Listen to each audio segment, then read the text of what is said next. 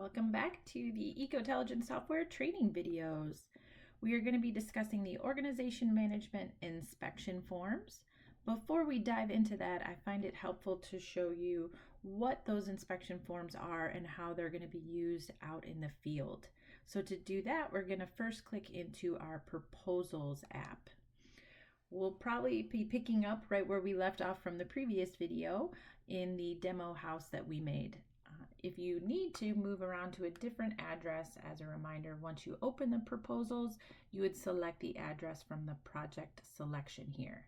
We're picking up where we left off from the previous video on the demo house that we made.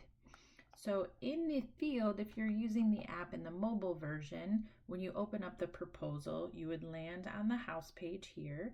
The buttons that you see on the left-hand side in our desktop version would actually be visible across the bottom. So the house, inspection, packages, and photo gallery would be seen across the bottom of the app on the mobile screen. So you open up and you start in the Houses tab. Once you've landed on the correct address, confirm the information input for the client, and then added their priorities and concerns, when you're out in the field, your next step is to then click over to the Inspections tab. When you land in the Inspections tab, you'll see the in progress inspections listed, and then at the bottom, completed inspections and a add form to add additional inspections at the bottom. The intention is that these inspections are listed in the order that they're completed out in the field when the consultants are completing an energy audit. So for example, they start with an exterior walk around of the house, and then while they're on the outside, collect the cooling equipment information and complete an evaluation of the home from top in the attic all the way down to the bottom with the rim joist and basement. And then while they're in the basement, since in our service area, the mechanical equipment is usually down there, that's where the inputs are for the mechanical equipment. If you want to change the order of these inspections, we'll show you where you can do that here in a minute in the organization management application. So let's click into crawl space as an example here. So you'll see in this example, there's an inspection input at the top. And then once the auditor's completed the inspection input, there's improvement information to be input at the bottom. We'll hit cancel here and close out of that. You can also add additional forms. So for example, if the home has 2 crawl spaces, we're going to add another crawl space form, and it will default to crawl space 2, but you can have it also pre-populated with additional names. The pre-populated names that we have entered in are main crawl space and addition crawl space. We'll cancel out here and disregard.